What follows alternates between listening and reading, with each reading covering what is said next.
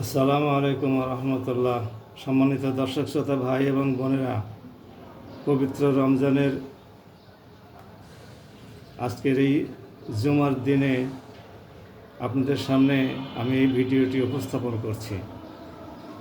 আপনারা জানেন, সম্প্রতি অন্তর্বর্তীকালীন সরকারের সাবেক উপদেষ্টা রিজওয়ানা আমি সৈয়দা এবং হাসান তার নামের এই দুইটি অংশ উচ্চারণ করতে ঘৃণাবোধ করছি। কারণ হলো, সৈয়দ বংশ আল্লাহর নবীর বংশের উত্তরাধিকারী, আর হাসান হলো তার হাজব্যান্ডের নাম। হাসান সাহেব তো এই অপরাধমূলক কথাবার্তা বলেন নাই। আমি এই জন্যে রেজওয়ানার বক্তব্যের উপরে কিছু কথা বলতে চাই। আপনারা জানেন যে তার বক্তব্য ভাইরাল হয়েছে।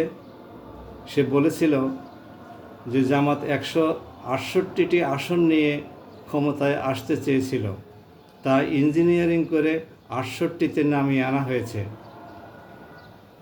সে আরও বলেছে যে জামাত মেইন স্ট্রিমে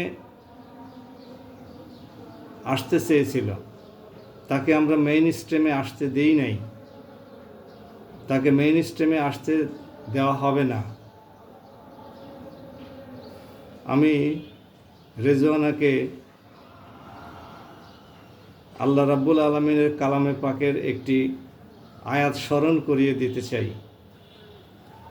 আমার এই ভিডিওটি যারা দেখবেন, রিজওয়ানা তো এখনও অনেক উপরে উঠে গেছে, সাবেক উপদেষ্টা পরিষদের সদস্য ছিল, তাকে এখন রাষ্ট্রীয় প্রোটোকলে রাখা হবে, অনেক তার কথার গুরুত্ব থাকবে।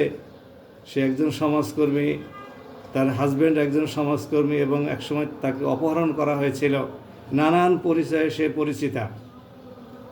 সুতরাং তার কাছে আমার এই খবর না পৌঁছার এরই কথা। যদি আপনাদের কারো পক্ষে সম্ভব হয়, আপনারা আমার এই ভিডিওটি ভাইরাল করে দিয়ে তার কাছে এই খবরগুলো পৌঁছানোর ব্যবস্থা করে দেবেন। আমি রিজওয়ানাকে কালামে পাকের একটি আয়াতের দিকে দৃষ্টি আকর্ষণ করছি। আল্লাহ রাব্বুল আলামিন কালামে পাকের বিভিন্ন জায়গায় এই কথাগুলোর উল্লেখ করেছেন। আউযু বিল্লাহি মিনাশ শাইতানির রাজিম, বিসমিল্লাহির রহমানির রহিম। ওয়ালাকাদ জারানা লি জাহান্নামা কাসিরাম মিনাল জিন্নি ওয়াল ইনস লাহুম কুলুবুন লা ইয়াফকাহুনা বিহা ওয়ালাকুম আযানুল্লাহ ওয়ালাকুম আয়ুনুল্লাহ ইয়াসমাউনা বিহা ওয়ালাকুম আযানুল্লাহ ওয়ালাকুম আয়ুনুল্লাহ ইউবসিরুনা বিহা ওয়ালাকুম আযানুল্লাহ ইয়াসমাউনা বিহা উলাইকা কাল আনআম বাল হুম আদাল্লু উলাইকা হুমুল গাফিলুন। এই আয়াতটি হলো সূরা আল আরাফের 179 নম্বর আয়াত। আপনারা মিলিয়ে দেখবেন। এই আয়াতের মোটামুটি অর্থ হচ্ছে এই: আমি ওই সমস্ত মানুষ এবং জিন দ্বারা জাহান্নাম পূর্ণ করব।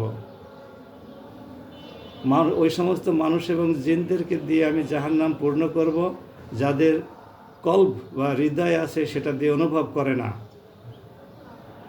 যাদের চোখ আছে তা দিয়ে দর্শন করে না, যাদের কান আছে তা দিয়ে তারা শ্রবণ করে না, তারা পশুর তুল্য, বরং পশুর চাইতেও নিকৃষ্ট মানের, তারা উদাসীন। রিজওয়ানাকে বলছি,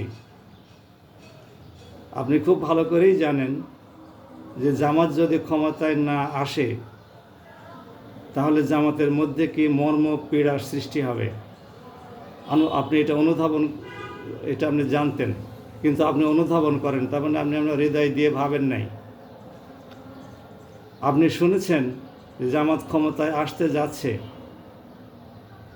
আপনি সেই শোনাটাকে পজিটিভলি গ্রহণ না করে জামাতকে কিভাবে ক্ষমতায় আসা থেকে প্রতিহত করা যায় সেই জন্য ব্যবস্থা গ্রহণ করেছেন।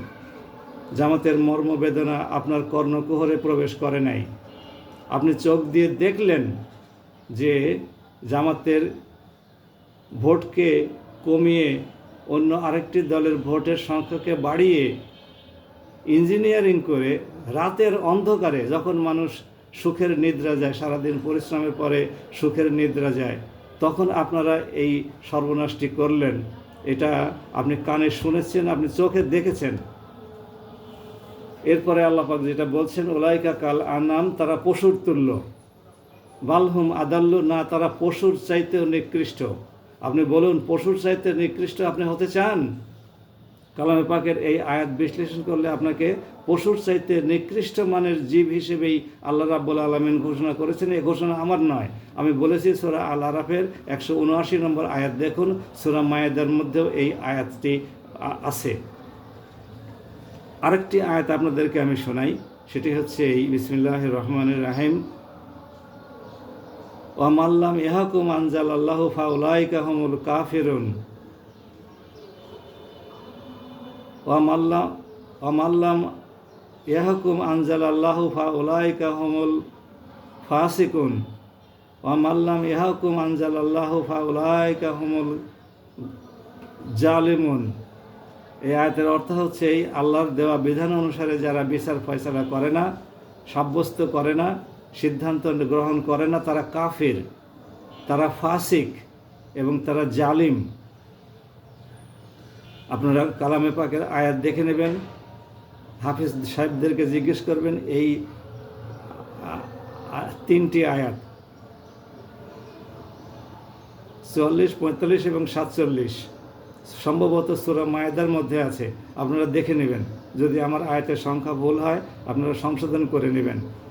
তাহলে অবস্থা দাঁড়াচ্ছে কি?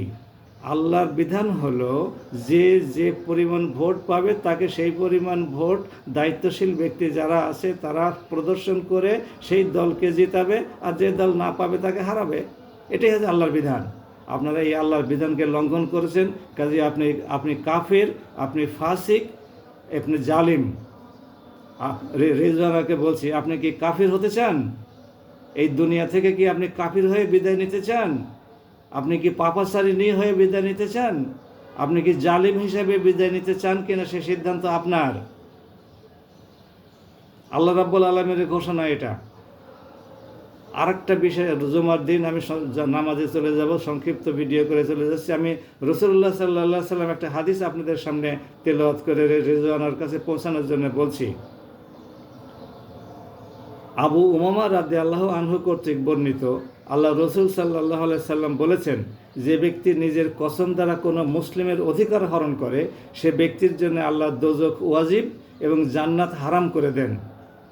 লোকেরা বলল, যদিও সামান্য কিছু হয় তাও, হে আল্লাহ রসুল? রসুল সাল্লাল্লাহু আলাইহি সাল্লাম তখন বললেন, যদিও বা পিল্লু বা গাছের একটি ডালও হয়। রিজওয়ানা, আপনি কি শুনছেন? আল্লাহর নবী বলেছেন যে মুসলিমের অধিকার হরণ করে কসম খেয়ে, সে তার জন্য দোজখ ওয়াজিব করে দেওয়া হয়েছে এবং জান্নাতকে হারাম করে দেওয়া হয়েছে। যদি আপনার মধ্যে সামান্যতম ইসলামের জ্ঞান থাকে, আপনার মধ্যে সামান্য ইসলামের প্রতি, মুসলিমদের প্রতি মমত্ববোধ থেকে থাকে, আপনি গোটা জাতির কাছে ক্ষমা প্রার্থনা করুন, আল্লাহর কাছে তওবা করুন এবং আগামীতে এই যে কাজ আর করবেন না এই মর্মে প্রতিশ্রুতি ব্যক্ত করুন। এবং আপনার বিরুদ্ধে কোনো যদি আইনের আশ্রয়ে জামাত ইসলাম গ্রহণ করে, তাহলে আইনে আপনি নিজেকে সোপর্দ করুন।